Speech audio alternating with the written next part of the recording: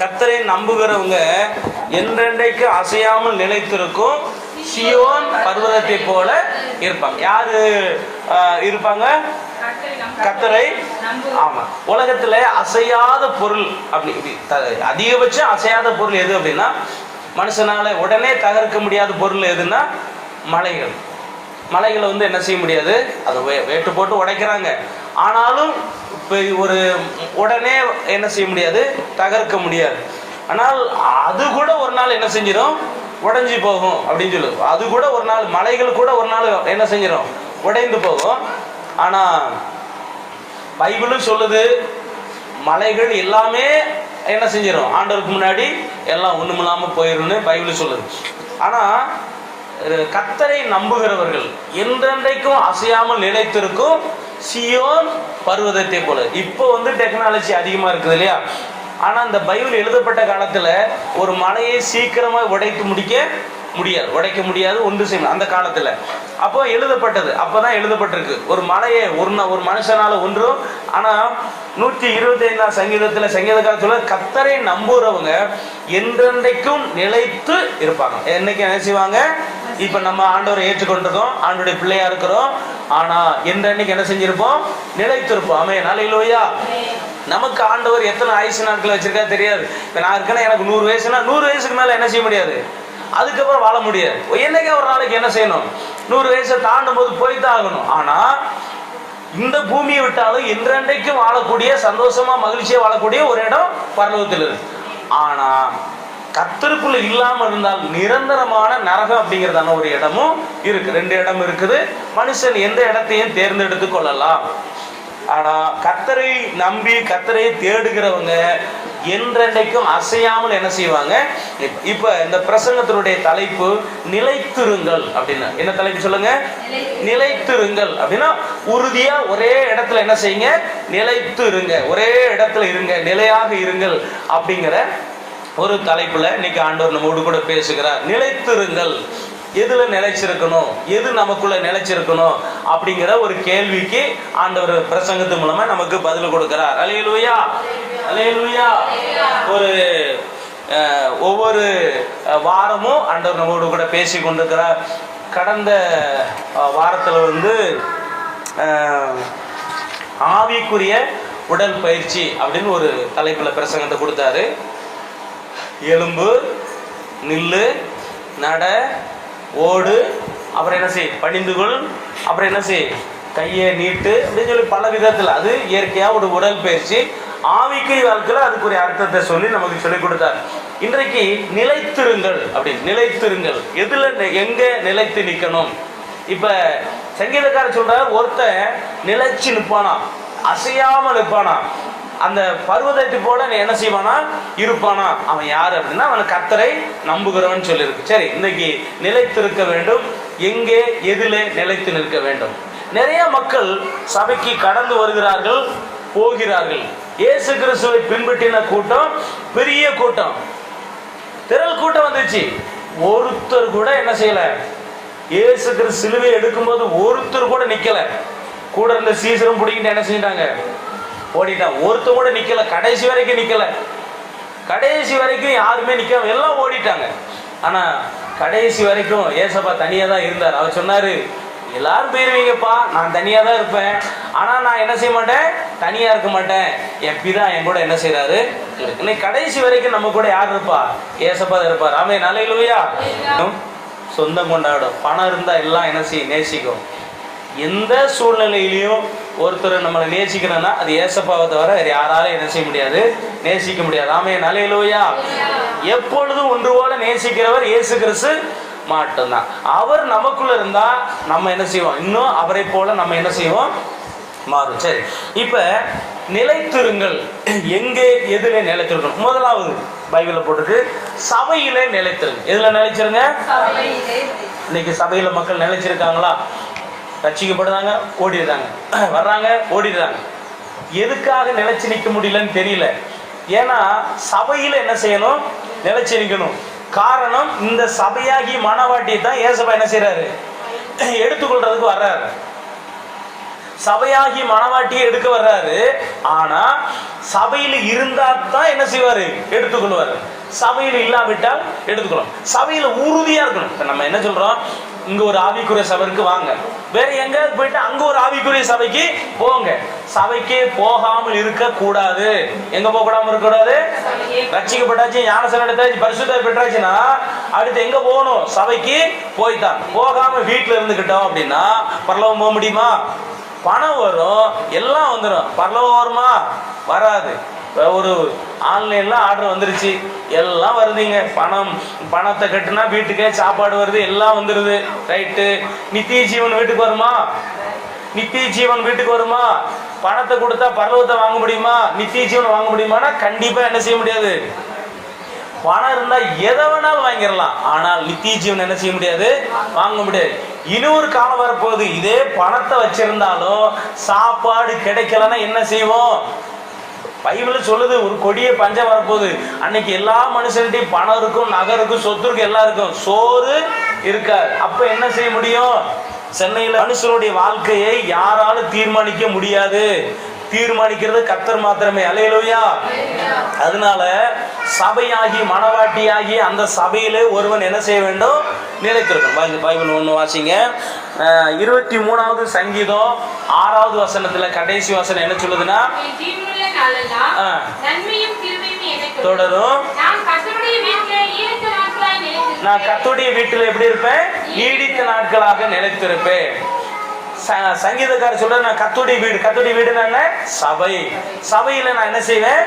இந்த சபையில நிலைத்திருந்தால் பரலோகங்கிற சபையில என்னைக்கு என்ன செய்யலாம்? நிலைத்திருக்க. பாருங்க, யோசிச்சு பாருங்க, இந்த பூமிக்குரிய காரியம் மிஞ்சி போனா பாருங்க, போதை ஏத்துறாங்க, எவ்வளவு நேரம் அவனுக்கு சந்தோஷத்தை கொடுக்குது? அந்த போதை இருக்கிற வரைக்கும். சினிமா பார்க்க தேட்டருக்கு போறாங்க, எவ்வளவு நேரம் சந்தோஷத்தை கொடுத்துருது? ஆடுறான், பாடுறான், கூத்தாடுறான், எல்லாம் எவ்வளவு நேரம்? கொஞ்சம் குறிப்பிட்ட நேரம். அதுக்கப்புறம் நிரந்தரமா சந்தோஷத்தை என்ன செய்யாது? கொடுக்காது.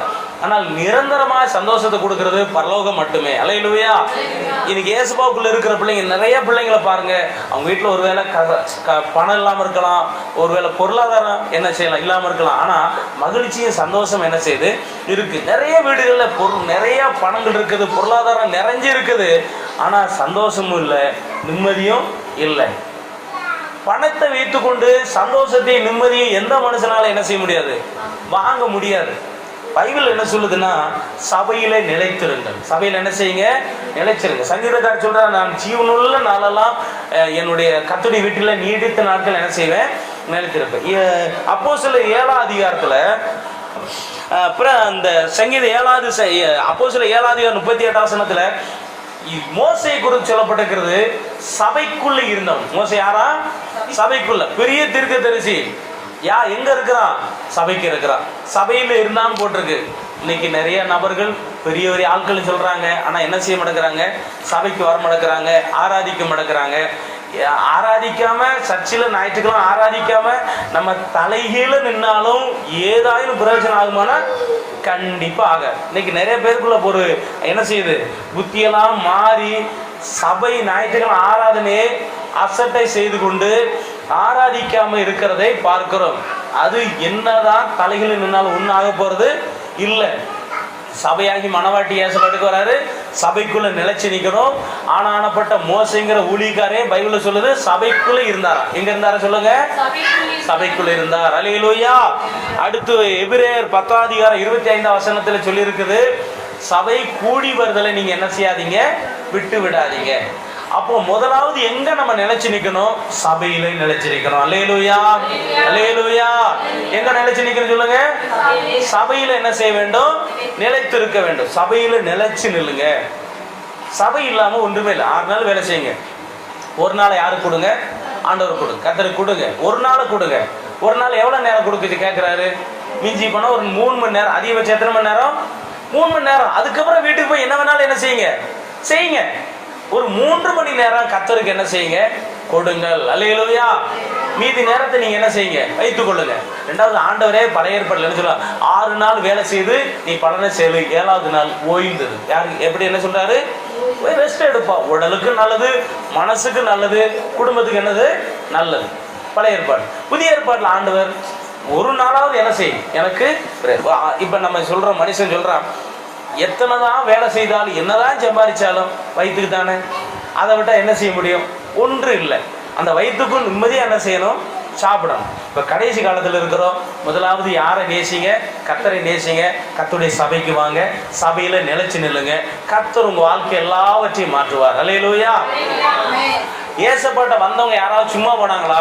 இப்போ பழைய ஏற்பாட்டில் பார்த்தீங்கன்னா ஆலயம், புதிய ஏற்பாட்டில் ஆலயம் இருந்துச்சு. சர்ச்சைக்கு வந்து யாராவது சும்மா போனாங்களா? ஏசப்பாட்ட வர்றாங்க, ஏசப்பாட்ட தேடி வர்றாங்க. பாருங்க, 18 வருஷமும் ஒரு அம்மா ஆலயத்துக்கு வந்துட்டே இருக்கு. ஏசப்பா வர்ற அன்னைக்கு வந்துருந்துச்சு கூன் வியாதி. எல்லாரும் என்ன நினைச்சாங்க, அது ஒரு வியாதி நினைச்சாங்க. ஏசப்பாவுக்கு மட்டும்தான் தெரியும் அந்த முதுகுல யார் இருக்கா, பிசாசு இருக்கிறான். கையை வச்சாரு, போ அப்படின்னாரு, விலகிருச்சு. அப்போ அவங்க அந்த அந்த ஆலயத்தினுடைய அந்த அந்த ஆலய தலைவர் சொல்றான், ஏன் மற்ற நாள் நீங்க வரக்கூடாதா, நீ தான் வந்திருக்கீங்களா அப்படின்னு. அப்போ அந்த ஏசப்பா சொல்லுவாரு, ஏய் 18 வருஷமா அந்த இது யாரு, ஆபிரகாம் குமாரத்தி 18 வருஷமா பிசாசு கட்டியிருந்தான். இன்னைக்கு நான் என்ன செஞ்சிருக்கேன், விடுதலை கொடுத்துருக்கேன் அப்படின்னு. அப்போ ஆலயத்துக்கு வருவதனால விடுதலை கிடைக்கிறது. எதுல இருந்து, பிசாசு பிடியிலிருந்து, சாபத்திலிருந்து, பாவத்திலிருந்து என்ன கிடைக்கிறது, விடுதலை. அதனாலதான் சபையில நீங்கள் என்ன செய்யுங்க, நிலைத்து நில்லுங்கள். அல்லேலூயா. சபையில நிலைத்து நில்லுங்கள், சபைக்குள்ள வாங்க, சபையில வந்து ஆண்டவரை ஆராதிங்க. சபையில தான் எல்லா நன்மையும் கிடைக்கும். சந்தோஷம் வேணுமா? ஒரு அம்மா வந்தாங்க, சபைக்கு வந்துட்டு கூன் வியாதிலிருந்து சோகமாய் போனாங்க. ஏசப்பாட்ட அந்த ஆலயத்துக்குள்ள வந்தான், ஒருத்தன் கை சூம்பி போய் வந்தான். ஏசப்பா சோகமாய்க்கு என்ன செஞ்சாரு, அனுப்பிவிட்டாரு. ஒரு அசுத்தாய் பிடிச்சவன் வந்தான், ஆலயத்துல இருந்தான், ஓன்னு கத்துனா. ஆண்டவர் என்ன செஞ்சாரு, அந்த ஆவியை விரட்டி விட்டாரு. சபைக்கு வந்து யாராவது தீமையா போனதாக இல்லை, எல்லாருக்கும் ஏசப்பா என்ன செய்யறார், நன்மை செய்கிறார். அவர் பைபிள் சொல்லுது, என்னிடத்தில் வருகிறவனே புறம்பே. ஏசப்பாட்ட யாரு இருந்தாலும் அவங்களை புறம்பே என்ன செய்ய மாட்டாரு, நான் பாவியா இருக்க வரேன் வா, நான் இப்படி இருக்கேன், எப்படி இருந்தாலும் வா, உன்னை ஏசப்பா என்ன செய்வாரு, புறமே தள்ள மாட்டார், நேசிக்கிறார். அல்லேலூயா. உலகம் வந்து பணம் இருந்தா நேசிக்கும், அழகு இருந்தா நேசிக்கும், ஒவ்வொன்றும் ஒவ்வொன்று நேசிக்கும். ஆனா ஏசப்பா மட்டும் எதையும் பார்க்க மாட்டார், எந்த மனுஷனையும் என்ன செய்யறார், நேசிக்கிறார். அல்லேலூயா. அதனால சபைக்கு வாங்க, சபையில சாட்சியை நில்லுங்க, கர்த்தர் ஆசீர்வதிப்பார். முதலாவது சபையில நிலைத்து நிற்க வேண்டும். இரண்டாவது கர்த்தருக்குள்ள என்ன செய்ய வேண்டும், அந்த சபைக்கு காரணமான ஏசப்பாவுக்குள்ள ஒரு மனுஷன் என்ன செய்யணும், நிலைத்து நிற்கணும். யோவான் 6:56 அதுல என்ன சொல்லி இருக்குன்னா, நீங்கள் என்னிலும் இல்ல 6:56 மாம்சத்தை புசித்து என்னிலே நிலைத்திருக்கிறான், அவனில என்ன செய்யறேன். இப்ப திருவிருந்து எடுக்கிறோம் இல்லையா, திருவிருந்து எடுக்கும் போது என்ன நடக்குன்னா, அந்த திருவிருந்து எடுக்கிறதுனால ஆண்டவருக்குள்ள நம்ம வர்றோம், நமக்குள்ள ஆண்டவர் என்ன செய்யறாரு, வருகிறார். திருவிருந்து சாதாரணமா இருக்கு பார்த்தா, ஒரு அப்பம் ஒரு திராட்சை ரசம். ஆனா ஏசப்பா சொன்னாரு, இதை நீ ஜோம் பண்ணுங்க. நம்ம ஜோம் பண்றோம், ஏசப்பா தம்முடைய ரத்தமா சரீரமா மாற்றி கொடுக்கிறார். இதை சாப்பிடும் போது நம்ம யாருக்குள்ள இருக்கிறோம், ஆண்டவருக்குள்ள வர்றோம். ஆண்டவர் நமக்குள்ள என்ன செஞ்சாரு, ஒருவன் கிறிஸ்துவுக்குள்ள இருக்க வேண்டும், இருந்தால் அவன் எப்படிப்பட்டவனா இருப்பான், புது சிருஷ்டியா இருக்கிறான். முதலாவது சபையில் இருங்க, இரண்டாவது சபையை உருவாக்கின ஏசப்பாவுக்குள்ள இருங்க. ஏசப்பாவுக்குள்ள இருந்தா என்ன நடக்கும், அதுல சொல்லி இருக்கு இல்லையா, கிறிஸ்துவுக்குள்ள இருந்தால் புது சிருஷ்டி. பழசெல்லாம் போயிடும். என்ன போயிரும், பழசு, பழைய பாவம் போயிடும், பழைய சாபம் போயிடும், பழைய வியாதி போயிடும், பழைய பிசாசு எல்லாம் ஓடிடும். இப்ப நம்ம யாரா மாறிட்டோம், புதுசா மாறிட்டோம். அல்லேலூயா. நம்ம ஆண்டவருக்குள்ள வந்து ஆண்டவருக்குள்ள இருக்கும்போது நம்ம வாழ்க்கையை ஆண்டவர் புதுசா என்ன செய்யறாரு, மாற்றுகிறார். 100 வசனம் சொல்லுது இல்லையா, என்ன சொல்லுது, 15வது அதிகாரம், யோவான் 15வது அதிகாரத்துல ஆண்டவர் ஏசப்பா சொல்லுவாரு, ஒருவன் என்னில் நிலைத்திருந்தால் அவன் மிகுந்த கனி கொடுப்பான். எப்படி கொடுப்பான் சொல்லுங்க. முதலாவது சபைக்குள்ள இருக்கணும், இரண்டாவது சபைக்கு காரணமான ஏசப்பாவுக்குள்ள இருந்தா அவன் மிகுந்த கனி. ஏன் கனி கொடுக்கணும், ஏன் கனி கொடுக்கணும், ஏன் கனி கொடுக்கணும் சொல்லுங்க. பிள்ளைகளை வளர்க்கும், எதுக்கு வளர்க்கும், என்ன சொல்றாரு, என்ன சொல்றாரு சொல்லுங்க. நீங்க இந்த இடத்துல என்ன செய்யணும், இருந்தா மிகுந்த கனி கொடுக்கணும். கனி கொடுக்காவிட்டால் ஆண்டவர் வருத்தப்படுவார். சரியா, நமக்கு ஆண்டவர் பூமியில யாராலும் கொடுக்க முடியாத ஒன்றை கொடுத்திருக்கிறார். காற்றை கொடுத்திருக்கிறாரு, தண்ணீர் கொடுத்திருக்காரு. இந்த ரெண்டும் இயற்கை தானே. நல்ல காற்று, நல்ல தண்ணி, இயற்கையா ஆண்டவர் கொடுத்திருக்கிறார். இதெல்லாம் மனுஷன் அனுபவிச்சுட்டு இதுக்கு காரணமான ஆண்டவருக்கு நன்றி சொல்ல வேண்டும். அல்லேலூயா சொல்லுமா? அல்லேலூயா. என்ன சொல்லணும் சொல்லுங்க. ஏன் நான் வேலை செஞ்சு சம்பாதிச்சேன் அப்படிலாம் சொல்லவே கூடாது. நம்ம வேலை செய்யக்கூடிய பலனை ஆண்டவர் தான் என்ன செய்யறாரு? கொடுக்கிறார். ஆண்டவருக்கு நம்ம பயந்து எனக்கு வேலை செய்ய பலன் கொடுத்த தெய்வத்துக்கு ஸ்தோத்திரம் அப்படி சொல்லி ஆண்டவருக்கு ஒவ்வொரு நாளும் நம்ம என்ன செய்யணும்? நன்றி சொல்லணும். இப்போ சபையில் இருக்கணும். சபைக்கு காரணமான ஏசப்பாவுக்குள்ள நம்ம என்ன செய்யணும்? நிலைத்து நிற்க வேண்டும். அப்படி நிலைத்து இருந்தால் நம்ம கனி கொடுப்போம், நம்ம வீணா போக மாட்டோம். பாருங்க, ஏசப்பா சொல்லுவார், ஒரு கொடி, நீங்களாம் செடிகள், நான் கொடி, நான் வந்து செடி, நீங்கள் கொடிய, நீங்க என்கிட்ட நிலைச்சு நிக்கலன்னா காஞ்சி போயிருவீங்க. என்ன செய்வீங்க? என்னை விட்டு நீங்க தூரமா போயிட்டீங்க, எப்படி போயிருவீங்க? காஞ்சி போயிருவீங்க. காஞ்சி போன திராட்சை கொடிக்கு ஏதாவது மதிப்பு இருக்கா? அது என்ன செய்வீங்க? எரிச்சிருவாங்க அப்படின்னு சொல்லு. அப்ப நிலைச்சு நில்லுங்க, கனி கொடுப்பீங்க, கனப்படுத்தப்படுவீங்க. ஒரு அல்லேலூயா சொல்லுமா? அல்லேலூயா. திராட்சை பழம் எவ்வளவு நல்லது செய்ய தெரியுமா? தெரியுங்களா? திராட்சை பழத்தை போல ஒரு நல்லது செய்யக்கூடிய பழம் நிறைய பழங்கள் இல்லை. திராட்சை பழம் அவ்வளவு நல்லது. நம்ம ஆண்டவருக்குள்ள நினைச்சிருந்தா நம்ம ஒரு திராட்சை கொடியா மாறுவோம், நிறைய பேருக்கு நல்லது செய்வோம். ஒரு அல்லேலூயா சொல்லுங்க. அப்போ அல்லேலூயா. பாருங்க, நானே ஒரு கெட்டவனா இருந்தேன், இப்ப நல்லவனா ஆயிட்டேன். இப்ப நான் 4 பேருக்கு எப்படிப்பட்டவனா மாறுதேன்? நல்லது செய்யறவனா மாறு. இப்ப நீங்களும் ஏசப்பாட்டு வந்திருக்கீங்களா? நீங்க ஏசப்பா கூட இணைறீங்களா? இணைஞ்ச பிறகு நீங்க திராட்சை கொடியா மாறுவீங்க, கனி கொடுப்பீங்க, நிறைய பேருக்கு நீங்க பிரயோஜனம் உள்ளவங்களா மாறுவீங்க. அல்லேலூயா, அல்லேலூயா. இப்பவும் பிரயோஜனமா தான் என்ன செய்றீங்க? இருக்கு. இன்னும் பிரயோஜனமா கர்த்தர் உங்களை என்ன செய்வார்? மாற்றுவார். நீங்க கர்த்தருக்குள்ள நினைச்சு, ஒண்ணு சபையில இருங்க, ரெண்டாவது எங்க இருங்க? கர்த்தருக்குள்ள இருங்க. மூணாவது எப்படி இருங்கன்னா உபதேசத்துல. சரி, இது வந்து உபதேசத்துல நிலைத்திருங்க. யார் உபதேசத்துல? கர்த்தருடைய உபதேசத்துல. வாசிக்கலாமா? யோவான் 8ஆம் அதிகாரம் 31வது வசனம். யோவான் 8:31. பைபிள் இருந்தீங்கன்னா பாருங்க. இயேசு தம்மை விசுவாசித்த யூதர்களை நோக்கி, நீங்கள் என் உபதேசத்தில் நிலைத்திருந்தால் மெய்யாகவே என் சீசராய் இருப்பீர்கள். உபதேசத்துல என்ன செய்ய சொல்றாரு? நீங்க என்னுடைய உபதேசத்துல நிலைச்சிருங்க. அப்படி நினைச்சிருந்தா தான் நீங்க சீசரா என்ன செய்ய முடியும்? இருக்க முடியும். ஏசப்பா தம்முடைய சீசர்களை பார்த்து சொன்னார், நீங்கள் பாக்கியவான்கள். நீங்க எப்படிப்பட்டவங்களா? ஏசப்பா தம்முடைய சீசரை பார்த்து சொன்னார், நீங்க யாரு? பாக்கியவான்கள். யாரை பார்த்து சொன்னார்? சீசர்களை பார்த்து சொன்னார். சீசர்களுக்கு தான் ஆண்டவர் மேன்மையை கொடுத்தார், அப்போஸ்தல அதிகாரம் கொடுத்தார், சீசர்களுக்கு தான் எல்லா வெளிப்பாடுகளை சொன்னார். ஆமென், அல்லேலூயா. அதனாலதான் நம்ம யாரா மாறணும்? சீசராக மாறணும். இதுல என்ன சொல்லி இருக்குது? என்ன உபதேசத்துல என்ன செய்யுங்க? நினைச்சிருக்கு. இன்னைக்கு நிறைய உபதேசம் உலகம் முழுவதும் பயங்கரமா வந்து கொண்டிருக்கிறது. வாய்க்கு வந்ததெல்லாம் உபதேசம். சத்தியம் வேறு, சுவிசேஷ வேறு, உபதேசம் வேறு. 3 இருக்கு. சரிங்களா? சுவிசேஷ வேறு, சத்தியம் வேறு, உபதேசம் வேறு. சரியா? உபதேசம் இடத்துக்கு தக்கன என்ன செய்யுது? மாறுகிறது. சத்தியம் ஒரு நாள் என்ன செய்யாது? மாறாது. வரலையா சொல்லுமா? அல்லேலூயா. இத போட்டுருக்க இல்லைங்களா? இது வந்து ஒரு உபதேசம். சரிங்களா? இது ஒரு உபதேசம். ஒழுங்கு, உபதேசத்தின் ஒழுங்குல இதை செய்யறோம். சத்தியம்ங்கிறது வேற. சத்தியத்தை யாராலும் என்ன செய்ய முடியாது? மாற்ற முடியாது. எழுதப்பட்டதுதான். உபதேசங்கிறது சில விஷயங்களை செய்யலாம், சில விஷயங்களை இடத்துக்கு தக்க செய்யலாம், செஞ்சுக்கிடலாம். ஆனால் யாருக்கும் இடரல் இல்லாமல்.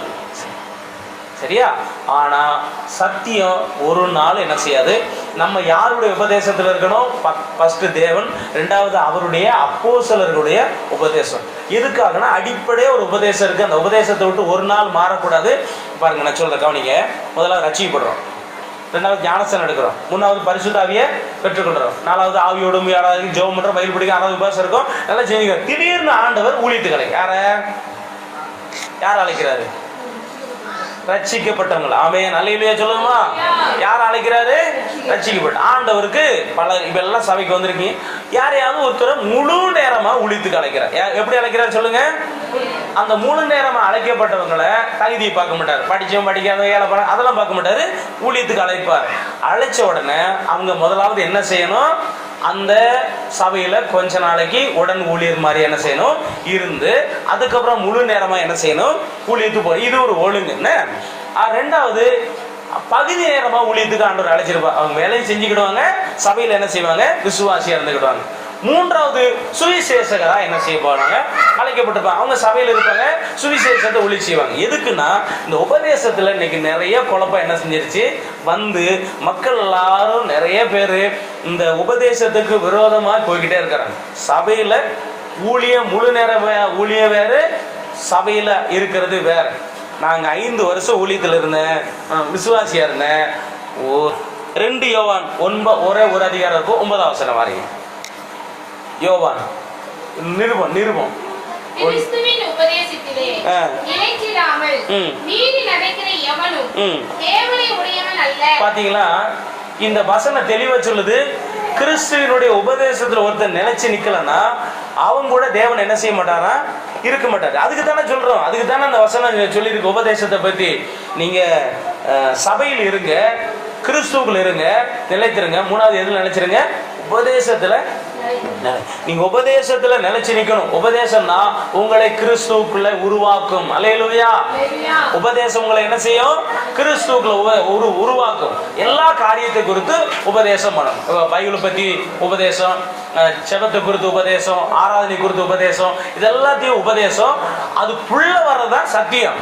இந்த உபதேசத்தை நீங்கள் என்ன செய்யணும், கை கொண்டு நடந்தால் பாக்கியவான்கள். என்ன சொல்லுது, கிறிஸ்துவனுடைய உபதேசத்துல நிக்காம மீறி நடக்கிற எவனும் தேவனை கிறிஸ்துவனுடைய உடையவனால் அவன்கிட்ட ஆண்டவர் என்ன செய்ய மாட்டாரா, இருக்க மாட்டார். நீங்க ஒரு உபதேசம் இப்ப ஒழுங்குக்கு பேர் தான் உபதேசம். அப்போஸ்தலர் உபதேசம் என்னென்ன செஞ்சாங்க, அவர்கள் வீடுதோறும் அப்பம் விட்டாங்க, மகிழ்ச்சியோடும் கபடமில்லாத இதயத்தோடு போஜனம் பண்ணினாங்க, தேவனை துதிச்சாங்க, என்ன செஞ்சாங்க, ஒருமனப்பட்ட ஆலயத்தில் வந்திருந்தாங்க. இதெல்லாம் அவங்க செய்த காரியம். சரி, இன்னொரு வசனம் சொல்லுது எதற்காக உபதேசம் அப்படின்னு சொல்ல. எதுக்கு உபதேசம் பண்ணணும்? கொலோசியர் 1ஆம் அதிகாரம் வாசிங்க, 28ஆம் வசனம். கொலோசியர் 1:28. எந்த மனுஷனையும் நல்ல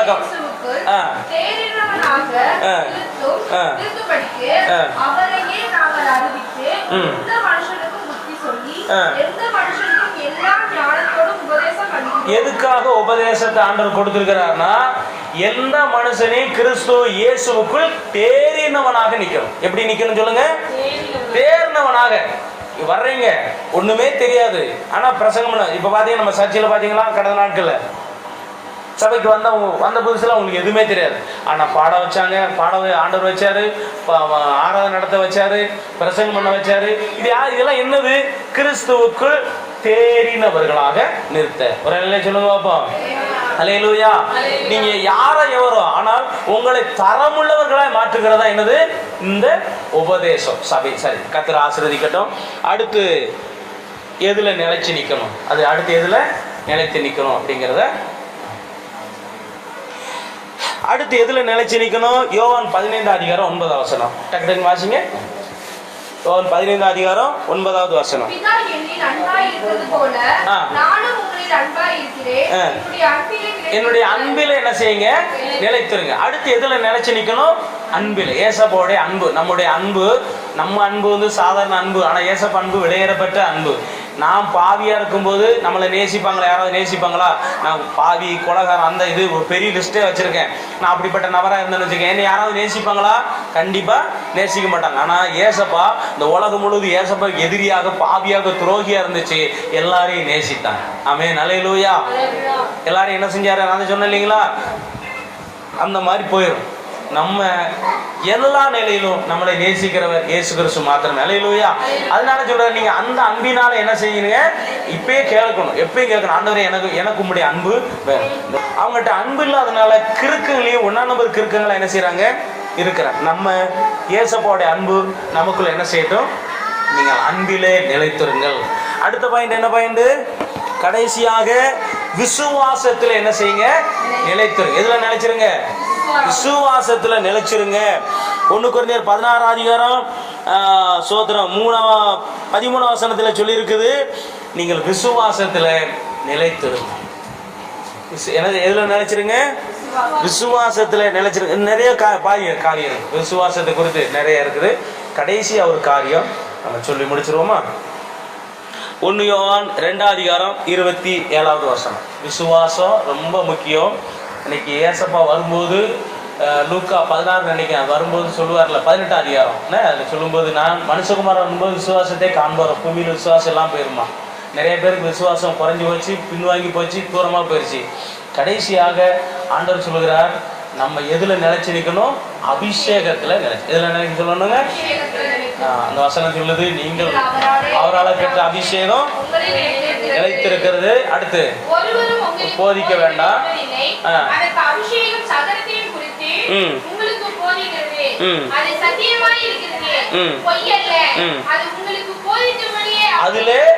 அதுல நிலைச்சிருங்க. எதுல நிலைச்சிருங்க? அந்த சத்தியத்துல நிலைச்சு. நம்ம சோமன் ஆண்டவரே எனக்கு அந்த அபிஷேகம் வேணும், அது நான் நிலைச்சு நிக்கணும். ரோமர் 12 அதிகாரத்துல 11 வசனத்துல பவுல் சொல்றாரு, ஆவியில எப்படி இருங்க? அனலா இருங்க. அபிஷேகத்துல அக்னியில வல்லமையில நிலைத்திருங்கள். நம்ம கண்களை மூடி ஜெபம்ணுமா? ஏசப்பா, என்னுடைய இருதயம் அனல் கொண்டது, என்னுடைய இருதயம் அக்னியால அனல் மூட்டப்பட்டதுன்னு வேதம் சொல்லுகிறபடி ஆண்டவரே என்னை ஆவியில நிரப்புங்க. நான் எல்லாவற்றிலும் நிலைத்து நிற்க வேண்டும். சபையில் நிலைச்சு நிற்கணும், சபைக்கு காரணமான ஏசப்பாவுக்குள்ள நிலைச்சு நிற்கணும், சோதர உபதேசத்தில் சரியான உபதேசத்தில் நிலைச்சு நிற்கணும், விசுவாசத்தில் நிலைத்து நிற்கணும், அன்பில் நிலைத்து நிற்க வேண்டும். கடைசியாக அபிஷேகத்தில் நான் நிலைச்சு நிற்கணும். என்னை அபிஷேகத்தினால் நிரப்புங்க, அக்கினியால் நிரப்புங்க, வல்லவினால நிரப்புங்க, கிருபினால நிரப்புங்க. கண்களை மூடி நம்ம ஜெபம் பண்ணுமா? ஏசப்பா, எனக்குள்ள அந்த அபிஷேகம் அந்த வல்லமை நாங்கள் நிலைத்து நிற்க வேண்டும். கர்த்தரை நம்புகிறவங்க என்றைக்கு அசையாமல் நிலைத்திருக்க சீயோன் பர்வதத்தை போல இருப்பாங்க. நாங்க நிலைத்து நிற்கணும். எங்களுக்கு உதவி செய்யுங்க, இரக்கம் செய்யுங்க, தயவு செய்யுங்க, கிருபை செய்யுங்க. ஏசப்பா, உம்முடைய வல்லமை, கிருபை, அபிஷேகம், அக்கினி எங்களுக்குள்ளே நிரம்பட்டும், மூடட்டும், ஆளுகை செய்யட்டும். ஆண்டவரே, உங்க ரத்த வல்லமை, கிருபை எங்களை நிரப்பும்படி, மூடும்படி, ஆளுகை செய்யும்படியா சோத்திரம். ஏசப்பா, ரத்தத்தினால, வல்லமினால, கிருமினால ஒரு விஷயம் நிரப்பும். ஆண்டவரே, நாங்கள் எல்லாவற்றிலும் சரியா நிலைத்திருந்து, ஆண்டவரை அசையாமல் நிலைத்திருந்து பரலோகத்துக்கு வந்து சேர எங்களுக்கு உதவி செய்யும். நாங்கள் நிலைத்து நிற்க கூடாதபடி எத்தனையோ பிரச்சனைகள், போராட்டங்கள், வேதனைகள், கண்ணீர், சோதனை, எத்தனையோ விதமான புயல்கள், காற்றுகள், மழை, நீரோட்டங்கள் கடந்து வந்தாலும் அந்த கண்மலையில் அஸ்திபாரம் போட்டவன அவன் ஒண்ணுமே செய்ய முடியல. அது மாதிரி நம்ம ஏசப்பாக்குள்ளதான் நமக்கு எந்த தீமையும் வராது.